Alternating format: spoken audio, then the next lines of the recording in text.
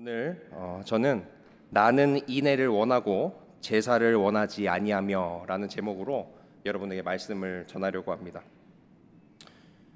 우리는 살면서 교회에 상처받은 사람들을 많이 만나게 됩니다. 우리가 그리스도인으로 살다 보면 주변에 그렇게 이야기하는 사람들이 어찌나 많은지 모릅니다.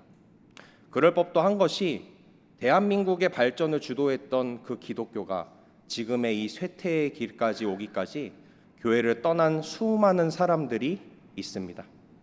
그 사람들은 우리 주변에 너무나 많습니다. 이렇게 이야기하죠.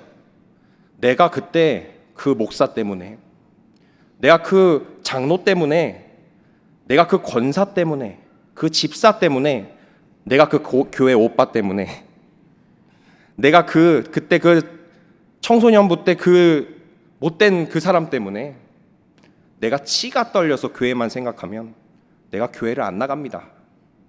저한테 교회 얘기 하지도 마십시오.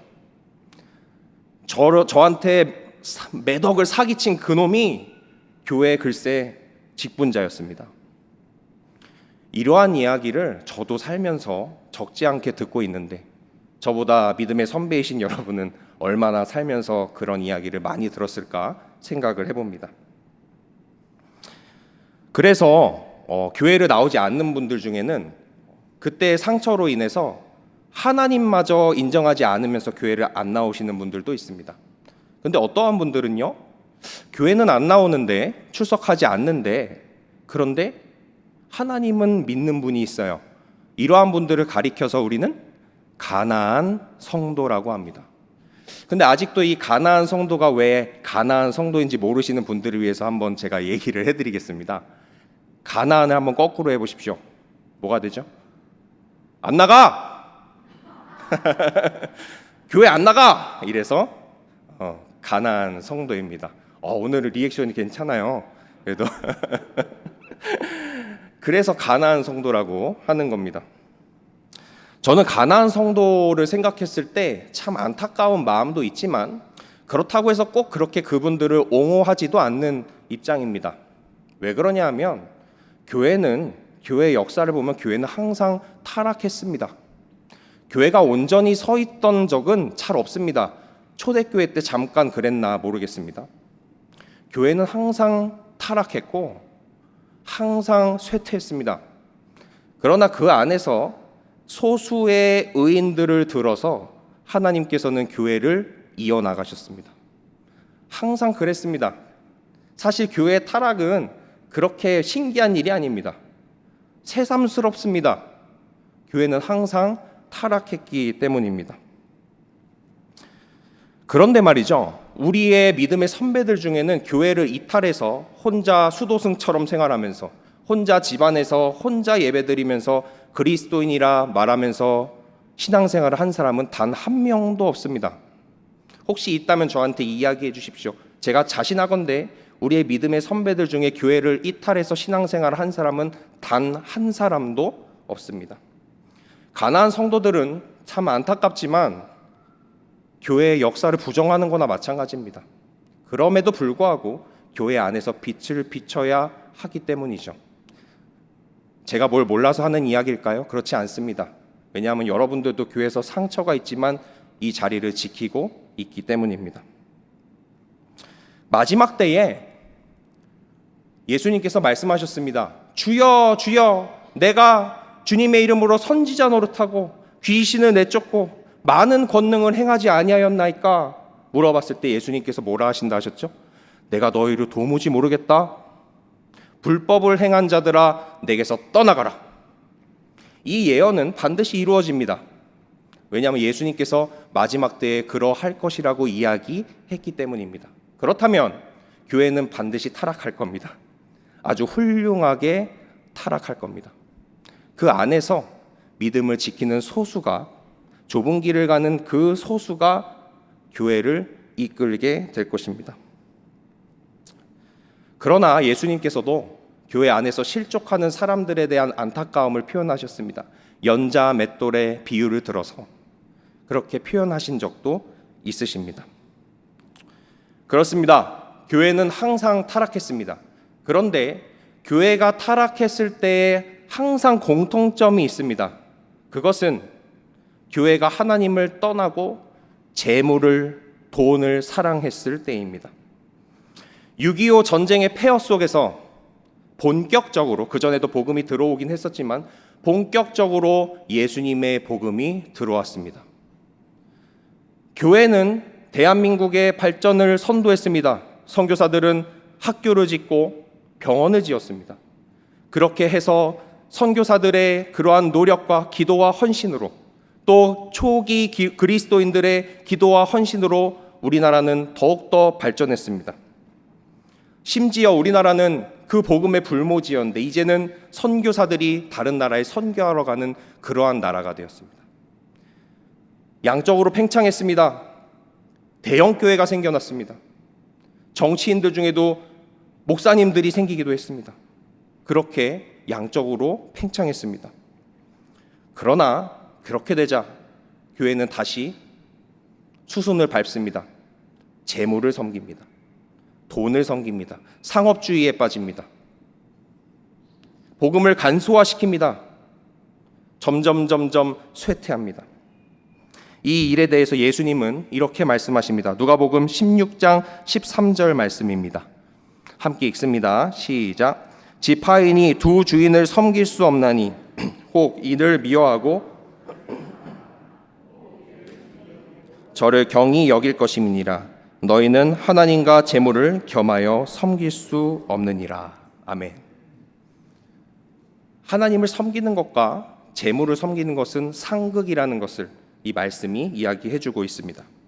오늘 본문의 호세아서에서 나타난 이스라엘의 죄악 또한 마찬가지입니다. 재물을 사랑한 것입니다. 하나님을 떠나고 번영을 쫓은 것입니다. 그들은 우상을 숭배했습니다. 호세아서에서 이 이스라엘이 우상 숭배를 이야기할 때에 표현한 말이 있는데 그것은 바알을 섬긴다입니다. 그들은 바알을 섬겼습니다. 우리가 바알이라는 말을 많이 듣습니다.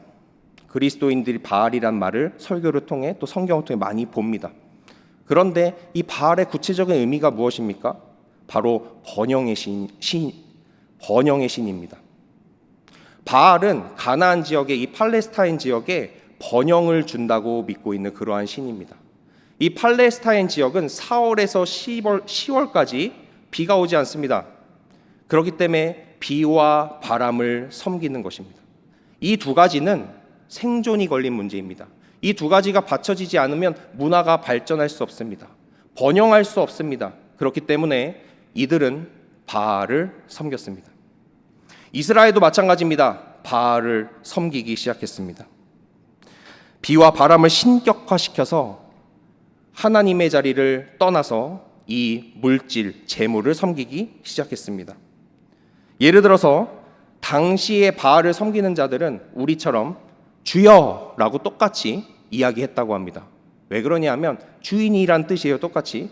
그래서 그리스도인이라고 보이는 사람이 주여라고 이야기했을 때 이것이 하나님에게 하는 것인지 바알에게 하는 것인지 구분이 되지 않았다고 합니다. 그때 당시 이스라엘 백성들은 하나님도 섬긴다고 하면서 바알을 또 같이 섬겼습니다. 마치 오늘날 우리의 모습과 같습니다. 하나님을 섬긴다면서 세상에 양다리 걸치고 있는 모습. 그러면서 더 중요한 것은 재물이고 번영이고 예배보다 그것을 더 쫓아서 생활하고 그것이 상관이 없을 때에 남는 시간에 예배를 드리는 오늘날 우리의 모습과 같습니다. 그럴 정도로 이 이스라엘 백성들은 혼합 종교식으로 하나님을 섬겼습니다. 북이스라엘 지역에서 나타난 유적이 있어요. 동상인데 거기에 이렇게 쓰여 있습니다. 야훼의 아내 아세라의 이름으로 너희를 축복하노라. 야훼는 우리가 믿는 창조주 하나님이거든요. 하나님과 이 아세라가 누구냐 하면은 바알의 아내입니다. 바알의 아내를 결혼시켜 버렸어요. 감히. 그렇게 하나님을 양다리 걸쳐서 섬기기 시작했습니다. 인간이 하나님을 떠나면 재물을 섬기게 되어 있습니다. 그럴 때 나타나는 특징이 있는데 사회의 정의가 무너집니다. 하나님을 떠나는 것과 사회 정의가 무너지는 것은 일맥상통합니다. 그것은 성경에서 우리가 발견할 수 있는 진리입니다. 성경을 통해 우리가 발견할 수 있는 공식과도 같은 것이 바로 이것입니다. 그리고 하나님을 떠나서 재물을 섬기는 사람들은 나를 위해 삽니다. 하나님이 아니라 나 자신이 인생의 주인공이 됩니다. 그러다 보니까 서로 경쟁합니다. 경쟁하고 서로 착취합니다. 경쟁에서 이기면 보상 심리로 인해서 착취하고 군림합니다. 빈부격차가 심화됩니다. 가나안에 처음에 입성할 때만 해도 그러한 모습이 보이지 않았던 이스라엘 백성에게 이제 형제들끼리 서로 착취하고 갑질하고 이러한 모습들이, 남의 것을 빼앗으려 하는 그 경쟁의 모습들이 생겨나기 시작했습니다.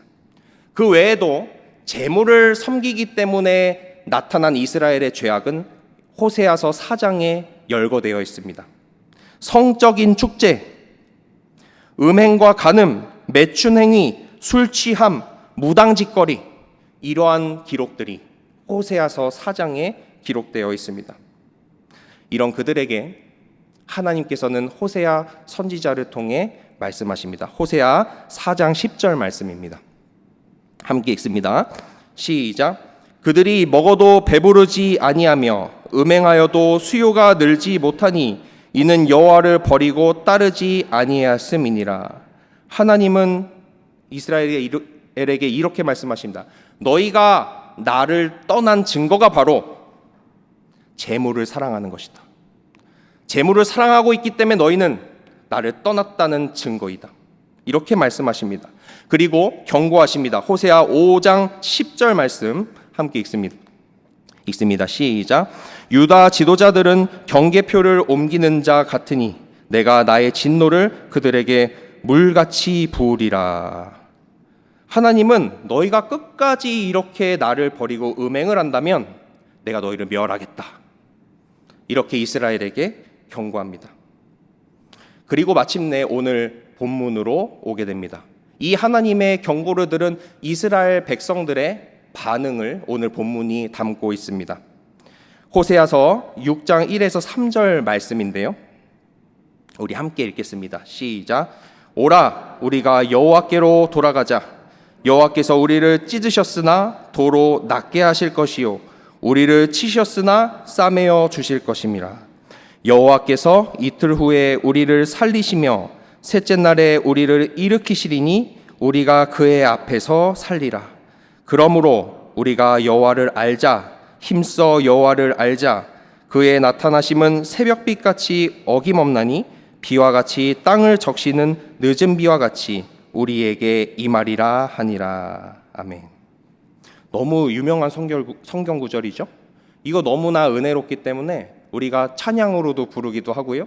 그리고 표어로, 교회 표어로도 쓰기도 하는 그러한 은혜로운 구절입니다. 이거 보니까 이스라엘이 뭐 하는 것 같아요? 회개하는 것 같아요. 뉘우치고 있어요. 이제 하나님을 힘써 알제요. 여호와께 돌아가제요. 그렇게 고백하고 있습니다. 하나님께서 이 이스라엘의 반응을 보셨으니 이제 어떻게 이야기하실 것 같습니까? 아, 그래, 너네가 이제야 정신을 차렸구나. 너네가 회개하고 있구나. 그래, 내가 용서해 줄게. 왜? 나는 사랑의 하나님이니까. 이렇게 말씀하셔야 될 것 같습니다. 그렇지 않습니까? 그런데 오늘 본문을 보니까 그렇지가 않습니다. 그 다음 하나님의 대답을 한번 들어보겠습니다. 다음 구절인 4절에서 5절 말씀입니다. 함께 읽습니다. 시작. 에브라임아 내가 내게 어떻게 하랴. 유다야 내가 내게 어떻게 하랴. 너희의 인애가 아침 구름이나 쉬 없어지는 이슬 같도다. 그러므로 내가 선지자들로 그들을 치고 내 입의 말로 그들을 죽였노니 내 심판은 비처럼 나오느니라. 하나님의 반응이 어떻습니까? 4절 한번 띄워주실래요? 4절 한번 띄워주세요. 너희가 급박한 상황이 되니까 너희의 그 얄팍한 속임수로 나를 속이려 하는구나. 거짓 회개를 하는구나. 너희의 말은 아침 안개와 이슬같이 지금은 그럴듯하게 자욱하나 쉬 사라져버릴 것을 내가 안다. 5절을 한번 띄워주세요. 그래서 내가 그동안 선지자들을 통해 예언한 그 심판을 반드시 응하겠다. 내가 너희를 가만두지 않겠다. 나를 속이려 드느냐, 거짓 회개를 하느냐, 이렇게 하나님께서 말씀하십니다. 사실 이 정황을 알면 오늘 본문은 은혜롭게 사용하기에는 좀 무리가 있습니다. 이스라엘의 속마음은 이런 것입니다. 이번에도 우리가 회개하면 하나님 용서해 주실 거야. 마치 우리가 원하는 거 동전 넣고서 원하는 음료수 누르면 덜컹덜컹 나오는 이 자판기처럼 우리가 회개라는 동전을 넣고 용서라는 버튼을 누르면 하나님한테 용서가 덜컹덜컹 나올 거야. 하나님을 자판기 취급했습니다. 하나님을 용서하는 로봇 취급했습니다. 왜냐하면 하나님은 항상 그래왔으니까요. 이들은 하나님의 거룩성, 인격성, 절대성, 이러한 것에는 전혀 관심이 없습니다. 하나님을 알려하지 않습니다. 이 모습은 오늘날 우리의 모습과도 같습니다. 그동안 하나님에 대한 지식이 없는 우리는 행위가 수반되지 않는 거짓 믿음을 가지고 생활하여 사람들을 실족하게 했습니다. 교회를 쇠퇴하게 했습니다. 하나님과 교회를 욕되게 했습니다.